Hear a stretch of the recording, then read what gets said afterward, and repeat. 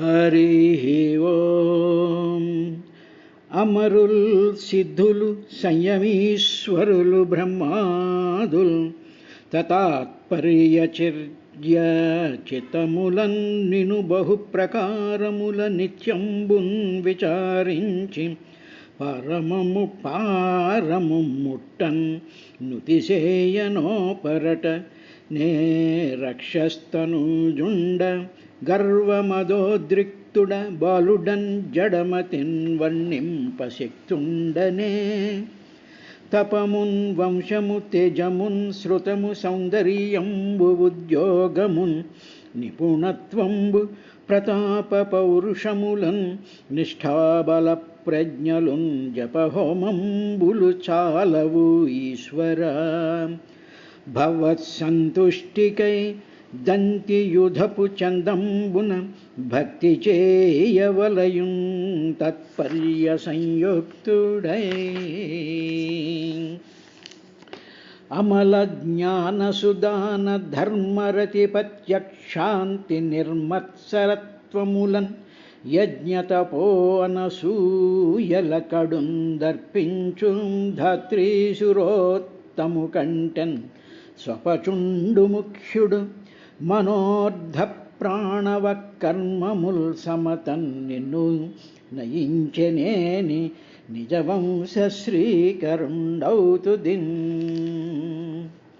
అజ్ఞుండు చేసిన అపరాధముల చేపట్టడీశ్వరుడు కృపాళుడగుట చేపట్టునొక చోట సిద్ధమీశ్వరునకు అర్థంబు లేకుండు అతడు పూర్ణుడైన అర్థములు ఈశ్వరార్పణంబులు కాగ చేయుట ధర్మంబు శేషనేని అద్దంబు జూచిన అళికలలామంబు ప్రతిబింబితంబగు పగిది మరల అర్థములు తోచు కావున అధిక బుద్ధి భక్తి సేయంగ వలయును భక్తిగాని మెచ్చడు అర్థంబులొసెగెడు మెరలందు పరమ కరుణుండు హరిభక్తి బాంధవుండు కావున అల్పుడ సంస్థుతి గవించద వెరపులేక కలనేరుపునన్ నీ వర్ణనమున ముక్తికి పోవు అవిద్యను జయించి పురుషుడు అనంత. హరి ఓం.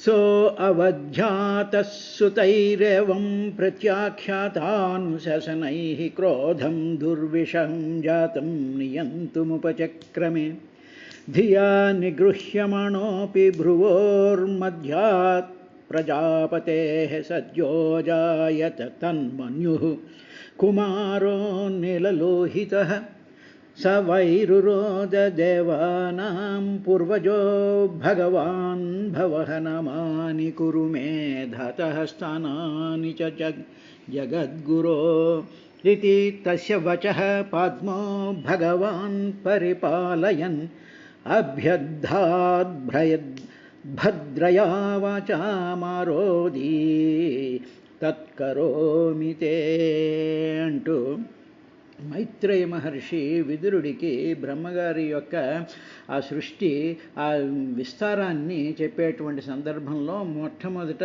5 రకాలైనటువంటి అజ్ఞానం యొక్క వికృతాలని ఆయన సృష్టించిన తర్వాత అయ్యో పాపీయసాం సృష్టాం ఈ పాపీయమైనటువంటి కల్మషయోగమైనటువంటి అంధతామిశ్రము తామిశ్రము మహామోహం మోహం తర్వాత తమస్సు అనేటువంటి సృష్టించేశాను.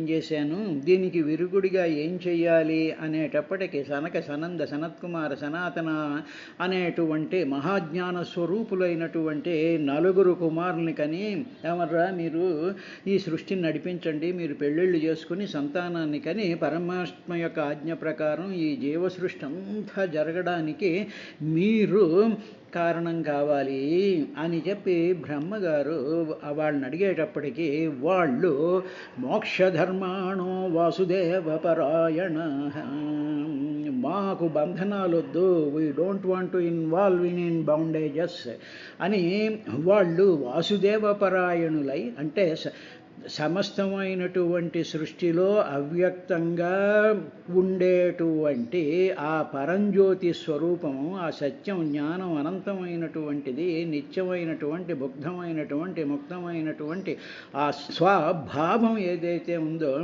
దాని మీద వాళ్ళ మనసులు అతుక్కునేటప్పటికీ వాళ్ళకి ఇదంతా కూడా మిథ్యాభూతంగా కనిపించినటువంటి జ్ఞానస్వరూపులు వాళ్ళు. అందువల్ల వాళ్ళు ఆ దృష్టితో వాళ్ళు ఎప్పుడైతే జన్మించారో వాళ్ళు బ్రహ్మగారు తమ తండ్రి అయినటువంటి చతుర్ముఖ బ్రహ్మ చేసినటువంటి ఆ సజెషన్ని వాళ్ళు రిజెక్ట్ చేసేసి వాళ్ళు వెళ్ళిపోయారు. ఇది జరిగింది. ఇప్పుడు బ్రహ్మగారు ఈ జ్ఞానమూర్తుల్ని ఎందుకు సృష్టించవలసి వచ్చింది అంటే ఎందుకంటే మరణం వల్ల భయము, తర్వాత ఇవన్నీ ఉన్నాయిగా, 5 వికారాలు ఉన్నాయిగా. ఈ 5 వికారాలతోనూ ప్రజలందరూ నిరంతరం బాధపడిపోతూ వాటిల్లో కొట్టుమిట్టయిపోతూ ఉంటే అటువంటి సందర్భంలో నుంచి వాళ్ళని బయట పడేయడానికని చెప్పి జ్ఞానాన్ని ఆయన సృష్టించాడు. అందులో ఏమిటి, మరణ భయం ఉందనుకోండి, అప్పుడు ఏం చెప్తాం? మరణ భయం ఉన్నటువంటి వాళ్ళకి చూడు మొత్తం సృష్టి అంతా కూడా మరణిస్తూ ఉంటుంది అనేటువంటి జ్ఞానాన్ని మనం ఇంజెక్ట్ చేస్తూ ఉంటాం. అంటే నీకు ఒక భయం వచ్చినప్పుడు ఆ భయం నుంచి నిన్ను బయట పడేయడానికి ఒక పాజిటివ్ ఇంజెక్షన్ ఒకటి ఇస్తూ ఉండాలి. కాబట్టి ఆ పాజిటివ్ ఇంజెక్షన్స్ లాంటి స్వరూపాలు ఈ సనంద సనత్కుమార సనాతనులు అనేటువంటి వాళ్ళని సృష్టించాడు. అందుకని దానికి రెమెడీ అనమాట, దానికి విరుగుడుగా. ఏదైనా సరే ఒక ఎలర్జీ వచ్చిందంటే దానికి విరుగుడుగా ఒక మాత్ర ఉంటుందిగా. ఆ ఎలర్జీ వచ్చింది కాబట్టి అనేసి వదిలేయం కదా డాక్టర్ కానీ మనం కానీ. కాబట్టి ఆ విరుగుడుతనం అనేటువంటిది ఎక్కడికక్కడ ఆయన అడ్జస్ట్మెంట్ చేస్తూ వచ్చేటువంటి సందర్భం జరిగింది. ఇప్పుడు వాళ్ళు ఏం చేశారు అంటే, మేము మోక్షధర్మపరాయణ వాసుదేవపరాయణ అని చెప్పేసి వాళ్ళు వెళ్ళిపోయేటప్పటికీ సో అవధ్యాత సురై సుతై ఏవం ప్రత్యాఖ్యాత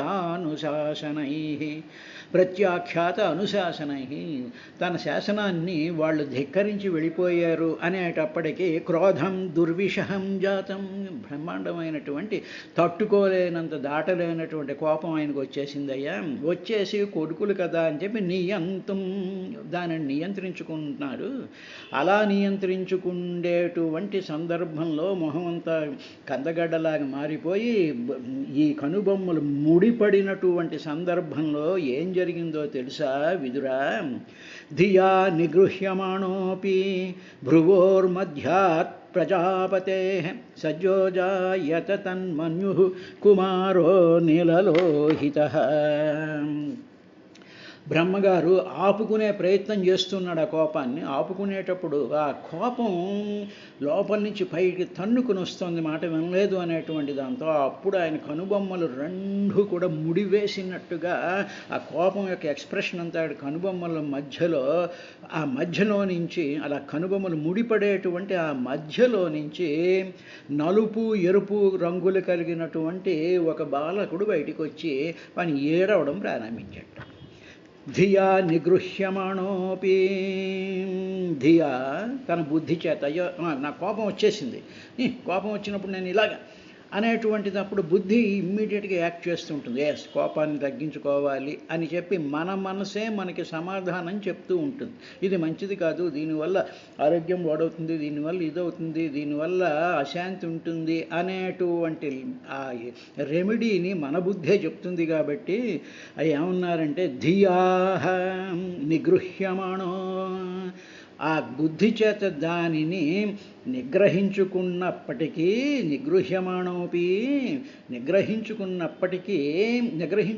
ఓ పక్కన, ఇంకో పక్కన భ్రువోర్మధ్యాత్ ప్రజాపతే.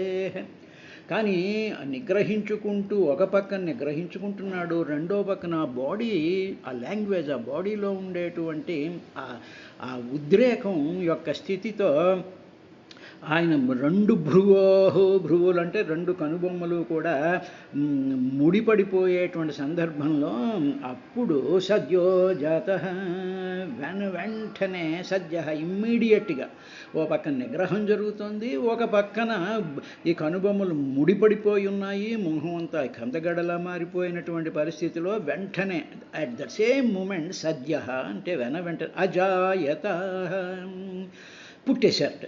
దేనిలో నుంచి తన్మన్యు, మన్యు అనేటువంటి దానికి అర్థం ఏమిటంటే కోపము అని అర్థం అన్నమాట. అందుకని ఆ మన్యుహు అనేటువంటి పదం మనకి వేదమంత్రాల్లో చాలా చోట్ల వస్తూ ఉంటుంది. ఉదాహరణకి మన గాయత్రి మంత్రం చేస్తూ గాయత్రి ఉపాసనకి మొదట కూర్చున్నప్పుడు సూర్య మన్యుహు, మన్యుకృతే మన్యుపతి అనేటువంటి వస్తూ ఉంటాయి. తర్వాత మన్యు సూక్తం అనేటువంటిది ఒకటి ఉంది. అలాగే రకరకాలైనటువంటి వేదమంత్రాలతో మనకి ఉండేటువంటిది ఉంది. అందుకనే గాయత్రి అంటే సూర్యశ్చ మన్యుశ్చ మన్యుపతయశ్చ మన్యుకృతేభ్యః పాపేభ్యో రక్షంతాం అని ఆ మంత్రం జరుగుతూ ఉంటుంది. సూర్యశ్చ మన్యుశ్చ, మన్యు అంటే కోపము, మన్యు ఆ కోపం వచ్చేసింది. అందులో నుంచి కుమారుడు ఎవరు? నీలలోహిత. లోహితం అంటే ఎర్ర రంగుని లోహిత రంగు అంటారు. నీలం అంటే నలుపు రంగుతో. ఈ నలుపు ఎరుపు రంగులతో నుంచి బ్రహ్మగారి యొక్క కోపంలో నుంచి ఉద్భవించాడు. అందువల్లే మనకి లక్ష్మీ అష్టోత్తరంలో కూడా కామాక్షి క్రోధ సంభవాయై అని ఉంది. క్రోధ సంభవాయై, క్రోధంలో నుంచి సంభవ పుట్టినటువంటిది లక్ష్మీదేవి అన్నారు. ఏమిటండి ఆడ క్రోధం అనేటప్పటికీ దానికి కొంచెం అర్థం మనం తెలుసుకోవాల్సిన అవసరం ఉంది. సరే, అలాగా ఆయన నీలలోహితుడైనటువంటి వాడు ఒక కుమారుడు, ఒక బాలుడు వెంటనే పుట్టేసేటప్పటికీ అప్పుడు ఏమైంది అంటే సవైరురోద దేవానాం పూర్వజో భగవాన్ భవః నామాని కురు మే ధాతః స్థానాని చ జగద్గురో. వెంటనే ఆ పిల్లవాడు, ఈ పిల్లవాడు ముందు ఇంకా అంతకుముందు అంతే పద్మసంభవుడు అని పేరు కలిగినటువంటి రెండవ పూర్వార్ధంలో 50 ఏళ్ళు దాటినటువంటి చతుర్ముఖ బ్రహ్మగారు చేస్తున్నటువంటి సృష్టిలో మనం ఉన్నాం ఇప్పుడు. ఆ సృష్టిలో ప్రారంభం అవ్వాలి, 14 లోకాలు రావాలి, ఆ లోకాల్లో ఉండేటువంటి అందరూ రావాలి. ఈ అందరినీ రప్పించడానికి మొట్టమొదటిగా మొదటి సృష్టిలో 5 అజ్ఞాన వికారాలు, తర్వాత సనక సనందాదులు పుట్టారు. ఆ తర్వాత బ్రహ్మగారి కోపంలో నుంచి ఒక నీలలోహిత కుమారుడు ఒక ఆయన పుట్టుకొచ్చాడు. ఇది సీక్వెన్స్. అలా వచ్చేటప్పటికీ అప్పుడు ఆ పిల్లవాడు దేవతల కన్నా కూడా ముందు పుట్టాడు ఆయన. ఇంకా దేవతలు రాలేదుగా, కాబట్టి దేవతలకు అందరూ సిద్ధులు కానీ వీళ్ళెవరూ రాలేదు. ఇంకా ఆ సమయసనందాదుల తర్వాత కోపం వచ్చేటప్పటికి అందులో నుంచి ఒక పిల్లాడు పుట్టాడు. ఆ పిల్లాడు పుడుతూ వాడు ఏం చేశాడంటే ఏడుస్తూ అని గొక్క పెట్టి ఏడుస్తూ ఏమన్నాడు అంటే, ఓ జగద్గురు, ఓ జగత్తంతటికి పూజ్యుడైనటువంటి నా తండ్రి, నీవు నాకు పేరు పెట్టు. తర్వాత నాకు ఫస్ట్ కోరిక ఏం కోరాడంటే నాకు పేరు పెట్టు. యు నేమ్ మీ, నాకు పేరెట్టు. తర్వాత రెండోది నేను ఎక్కడ ఉండాలో చెప్పు. ఇక్కడ నీ దగ్గర నీ ఒళ్ళో కూర్చునేటువంటి పని కాదు. నాకు కొన్ని ప్లేసెస్ చూపించు, ఏ ప్లేసెస్లో నేను ఉండాలి, నా పేరు ఏమిటి అని ఆయన ఆ పుట్టినటువంటి ఆ కుమారుడు నీలలోహితుడైనటువంటి వాడు బ్రహ్మగారిని ఆయన సంబోధిస్తూ జగద్గురు, జగత్తంతటికీ గురువైనటువంటి ఓ బ్రహ్మ, నీవు నామాని కురు, నాకు నామాని పేరులను కురు పెట్టు. తర్వాత మే ధాతః స్థానాని, ఓ ధాత నా స్థానం ఎక్కడా చెప్పు అని ఆ పిల్లవాడు సహా పుట్టినటువంటి పిల్లవాడు రురోద ఏడుపు మొదలెట్టాట. ఆ పుట్టినటువంటి పిల్లవాడు ఏమిటి? దేవానాం పూర్వజో భగవాన్ భవః. దేవతల పూర్వజో అంటే ముందు అని అర్థం. దేవానాం పూర్వజో సకలమైనటువంటి దేవతల కన్నా ముందు పుట్టినటువంటి ఆ పిల్లవాడు రురోద ఏడుస్తూ ఉండేటువంటి ఆ పిల్లవాడే భగవాన్ భవః, భగవంతుడైనటువంటి భవుడు అంటే శివుడు. ఆ నీలలోహితుడైనటువంటి వాడు ఎవరో అంటే ఎవరో కాదు, ఆయన సాక్షాత్తు శంకరుడు. కాబట్టి ఆ శంకరుడే బ్రహ్మగారి యొక్క నుదిటిలో ఉండేటువంటి ఆ ఆజ్ఞాచక్ర స్థానంలో నుంచి ఆయన పుట్టుకొచ్చాడు. అని విదురుడికి మైత్రేయుడు చెప్పినటువంటి విశేషం ఆ విధంగా ఉందయ్యా అని చెప్పి రుద్రుడి యొక్క భవుడి యొక్క పుట్టుకను పరీక్షన్ మహారాజుకి సుఖయోగి విదురమైత్రేయ సంవాదంతో చూపిస్తూ ఉండేటువంటి విధానం ఇందులో మనకి కనిపించింది. ఇప్పుడు ఆయన ఎక్కడి నుంచి పుట్టాడు? తన్మన్యుః. మన్యుః అంటే కోపం. ఈ కోపానికి అర్థాలు ఎన్నున్నాయి అంటే, మామూలుగా మనం ఏమనుకుంటాం, మన్యు అనేటువంటి పదం మనకి వేదంలో వస్తూ ఉంటుంది.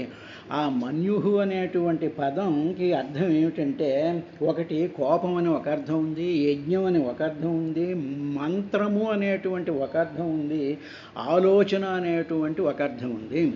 సద్యో జాయత తన్మన్యుః కుమారో నీలలోహితః అంటే ఇప్పుడు మనకి భావం ఎలా కలుగుతుందంటే, బ్రహ్మగారి యొక్క ఆ కోపం అనేటువంటిది ఏమిటి అంటే, అది మంత్రం, అది యజ్ఞం, అది ఆలోచన, అది మామూలుగా కోపం. అంటే ఇప్పుడు అందుకని సంస్కృతంలో ఉండేటువంటి గొప్ప విశేషం ఏమిటంటే, ఒక పదానికి ఆయా సందర్భాన్ని బట్టి, ఆయా సమన్వయాన్ని బట్టి ఆ అర్థాలను మనం జాగ్రత్తగా సమన్వయించుకుంటూ ఉండాలి. ఇప్పుడు బ్రహ్మగారి కోపం ఏమిటండి? కోపం ఏమిటి? పిల్లల మీద కోపం ఏమిటి? కోపంలో నుంచి పిల్లలు పుట్టడం ఏమిటి అంటే, ఏదైనా సరే ఒక స్థితి మీద మనకి కోపం వచ్చింది అంటే, if it is directed in a positive way, అది ఒక యజ్ఞం అవుతుంది, ఒక మంచి ఆలోచన అవుతుంది, అది ఒక మంత్రం అవుతుంది. అందువల్ల అందువల్ల మహాత్ములైనటువంటి వాళ్ళకి కోపం కలిగితే, మహాజ్ఞానులకు కోపం కలిగితే జగత్ కళ్యాణం అవుతూ ఉంటుంది. అందువల్ల బ్రహ్మగారి కోపంలోనికి సకల జగత్ కళ్యాణ కారకుడైనటువంటి శివుడు పుట్టాడు. పూర్వజో భగవాన్ భవ. ఆయన కోపం వస్తే భగవాన్ భవ, భగవంతుడైనటువంటి ఆ శివుడు పుట్టాడు. అదే మామూలు మనుషుడి కోపం వస్తే భాగవతాన్ని ఆపేయమంటారు వాళ్ళు, భాగవతం చెప్పొద్దు అని ఆపుతారు. ఒక డిస్ట్రక్టివ్ యాటిట్యూడ్ ఉంటుంది కోపం వస్తే. కానీ మహాత్ములకి కానీ కోపం వచ్చినట్లయితే, పూర్వజో భగవాన్ భవ, దేవానాం పూర్వజో, సాక్షాత్ సర్వమంగళకారకుడైనటువంటి ఆ భవ, ఆయన శివుడు పుడతాడు. ఇప్పుడు అలాగ పుట్టినటువంటి ఆ శివుడు ఏమన్నాడు అంటే, ఇతి తస్య వచః పద్మో భగవాన్ పరిపాలయన్ అభ్యదాద్భ్రయా వాచా మారోది తత్కరోమితే. అలాగా ఆ పద్మంలో నుంచి పుట్టినటువంటి ఆ పద్మ సంభవుడైనటువంటి ఆ బ్రహ్మదేవుడు, ఆ పుట్టినటువంటి ఆ రుద్రభగవానుడు భగవాన్ భవ, ఆయన యొక్క వచనాలను విని, ఆహో నీకు పేర్లు పెట్టమన్నావు కదా, నువ్వు ఎక్కడుండాలో నీ ప్లేస్ చూపించమన్నావు కదా అని చెప్తూ ఏమన్నా ఏడుస్తున్నాడు కదా, ఏడుస్తూ అడుగుతాడు, నా పేరు పెట్టు, నేను ఎక్కడుండాలి అని ఏడుస్తూ పుట్టాడు. కాబట్టి అప్పుడు ఆయన ఏడవకు బాబు ఏడవకు అన్నాడండి. అందువల్ల ఇదొకటి కానీ మనం జాగ్రత్తగా గమనించినట్లయితే, తల్లి గర్భంలో నుంచి కానీ శిశువు బయట పడితే ఏడుస్తూ పుడుతూ ఉంటాడు. ఎందుకు ఏడుస్తూ పుడుతూ ఉంటాడు అంటే, బ్రహ్మగారి యొక్క సంకల్పంలో నుంచి పుట్టినటువంటి ప్రతి జీవి కూడా ఏడుస్తూనే పుడుతూ ఉంటాడు. ఏడుపు అనేటువంటిది లోపలుండేటువంటి ఆ దుఃఖాలన్నిటినీ కూడా పోగొట్టేటువంటిది ఏడుపు. ఉదాహరణకి మనకి ఏదైనా కష్టం కలిగింది, ఎవరో మనకి చాలా సన్నిహితులైనటువంటి వాళ్ళు, మనం బాగా చూసుకునేటువంటి వాళ్ళు ఏదో దేహత్యాగం చేశారనుకోండి, అప్పుడు ఏమవుతుంది, మనలో ఆ దుఃఖం అంతా కూడా లోపల గూడు కట్టుకుపోయి ఒక అగ్నిగుండంలాగా ఉంటుంది. ఇప్పుడు ఆ అగ్నిని భరించలేం కాబట్టి అది ఆ రూపంలో నుంచి, ఆ ఏడుపు రూపంలో నుంచి అది బయటికి వెళ్ళిపోయేటప్పటికీ ఆ మనసు శాంతిస్తూ ఉంటుంది. కాబట్టి ఏడుపు ఈజ్ నాట్ అవతల వాడిని చూసి ఏడవడం, ఆ ఏడుపు కాదు. దుఃఖం కలిగినప్పుడు దుఃఖాన్ని బయటికి వెళ్ళగక్కడానికి భగవంతుడు క్రియేట్ చేసినటువంటిది ఏడుపు. అది చెప్పడం కోసమని చెప్పి భగవంతుడైనటువంటి శివుడు ఏడుస్తూ ఉన్నాడు అని చెప్పాడు. శివుడు ఏడవడం ఏమిటండి? శివుడే ఏడవడు. అంటే జీవులలో ఉండేటువంటి దుఃఖభావాల్ని బయటికి పోగొట్టుకోవాలి అంటే there is one and only one way, that is to cry. మనస్ఫూర్తిగా కన్నీటి ప్రాయంగా ఏడిస్తేనే తప్ప ఆ దుఃఖం శాంతించదు. అప్పుడు అలా శాంతించినటువంటి ఆ దుఃఖం తరువాత ఆ తల్లిలో ఆ తండ్రో కావలసినటువంటి కోరికలను తీరుస్తారు అనేటువంటి దాని నెక్స్ట్ సీక్వెన్స్ అలా వస్తూ ఉంటుందన్నమాట. అలాగా ఇది తస్య వచః, ఆయన యొక్క ఆ కుమారుడి యొక్క మాటలను విని పద్మో భగవాన్ అంటే పద్మంలో పుట్టినటువంటి భగవంతుడైనటువంటి ఆ బ్రహ్మదేవుడు పరిపాలయన్, సరే నువ్వు ఏ మాట అయితే సరే నువ్వు అడిగావు కదా, నాకు పేర్లు పెట్టు, అవి నేను పాలిస్తానులే, yes what you said I will follow it అని అంటూ భద్రయా చాలా మంగళకరమైనటువంటి మాటలతో అంటే చాలా ప్రేమగా వాచాహ భద్రయా వాచా అభ్యదాత్, చాలా అంటే ఏమిటి, పిల్లాడు ఏడుస్తూ ఉంటే చాలా మనం ప్రేమగా మధురంగా ఏడవకమ్మ అంటాం చూసారా, అలాగా అభ్యదాత్ పలికాడట. ఏమన్నాడు? మొట్టమొదట గుక్కబెట్టి ఏడు చేస్తున్నాడుగా, మా రోదీ వద్దమ్మా ఏడవకమ్మా అని చెప్పి తే నీ కొరకు తత్ ఆ పని ఏది నువ్వు అడిగినటువంటి పని అంటే నాకు పేర్లు పెట్టు నేను ఎక్కడుండాలో అని అడిగావుగా, తత్ ఆ పనిని కరోమి చేస్తూ ఉన్నాను. వాచా మారోదీహి ఏడవకు, తత్ తే తత్ కరోమి నేను నీ కోసం నువ్వు అడిగినటువంటిది ఇస్తాను. పిల్లవాడు చాక్లెట్ కోసం ఏడుస్తున్నాడు, ఏడవకమ్మా, ముందు ఏడు పాడిపోయి నేను ఇస్తా అన్నానుగా అంటూ ఆ తల్లి ఏ విధంగా అయితే సముదాయిస్తుందో అలాగా ఆ శంకరుణ్ణి దేవానాం పూర్వజో భగవాన్ భవః అటువంటి మహానుభావుణ్ణి బ్రహ్మదేవుడు తండ్రి భావంతో ఆయన్ని ఊరుకోబెట్టాడు అన్నాడు. అంటే దీన్ని మనం ఏ విధంగా చూసుకోవాలి అంటే సమస్తమైనటువంటి మానవులు కానివ్వండి, దేవతలు కానివ్వండి, అందరూ కూడా తమ సంతానానికి దుఃఖం కలిగినప్పుడు వాళ్ళు ఏడుస్తూ ఉన్నప్పుడు అనేటువంటి మొట్టమొదటి మాట అంటే వద్దమ్మా ఏడవకమ్మా అని చెప్పి చాలా మధురంగా ప్రేమగా ఆర్తితో హృదయంలో నింపుకుని మనం ఆ మాట మాట్లాడతారు ఎవరైనా సరే, ప్రేమ కలిగినటువంటి వాళ్ళు. కాబట్టి అటువంటి విధంగా ఆ భావం కూడా సృష్టిలోకి దిగిపోయింది. అందువల్ల అక్కడ బ్రహ్మగారు ఏ పని చేస్తూ ఉన్నా సరే ఆ విధంగా అది రావడం ప్రారంభించిందయా అని చెప్పిన తరువాత నువ్వు పేరు పెట్టమన్నావుగా, నీకు పేరు పెడతాను అని యదరోది సురశ్రేష్ఠ సోద్వేగ ఇవ బాలకః తతస్వామభిధాస్యంతి నామ్నా రుద్ర ఇతి ప్రజాః అన్నాడండి. ఇలా అన్నాడయ్యా విదురా, దేవతలలో నువ్వు చాలా శ్రేష్ఠుడైనటువంటి వాడివయ్యా ఓ కుర్రాడా, నువ్వు పుట్టావుగా, నువ్వు ఈ దేవతలందరిలో కూడా చాలా శ్రేష్టమైనటువంటి వాడువు, అందరికన్నా ముందు పుట్టినటువంటి వాడువు నువ్వు. నీవు చిన్న పిల్లవాడి వలె భయపడుతూ రోధించావు కదా, ఏడిచావు కదా, నువ్వు చిన్నపిల్లవాడు ఏడుస్తున్నట్టు ఏడిచావు కదా అన్నాడండి. అంటే ఏమిటన్నమాట, పుట్టినటువంటి వాడు మామూలుగా మానవులకు పుట్టినటువంటివి కాదు, నీవు ఎవరు పుట్టినటువంటి ఆయన ముఖంలో నుంచి ఆ కోపంలో నుంచి పుట్టినటువంటిది ఎవరు అంటే సాక్షాత్తు భగవంతుడైనటువంటి శివుడు. కాబట్టి ఆ శివుడు అని చెప్పి బ్రహ్మగారికి తెలుసు. అంటే తనలో నుంచే, అంటే సృష్టిలోనే శివతత్వం ఉన్నది అన్న సంగతి తెలుసు. కాబట్టే నీవు బాలకుడు వలె ఏడుస్తున్నావు అని ఆయన తత్వం తెలిసే ఆ మాట అలా అని నువ్వు భయంతో రోధించావు కదా. కాబట్టి అందువల్ల నీవు ఏడిచావు కాబట్టి, ఏడుస్తూ పుట్టావు కాబట్టి నిన్ను జనులందరూ కూడా రుద్రుడు అంటే, రుద్రం అంటే ఏడుపు అని అర్థం.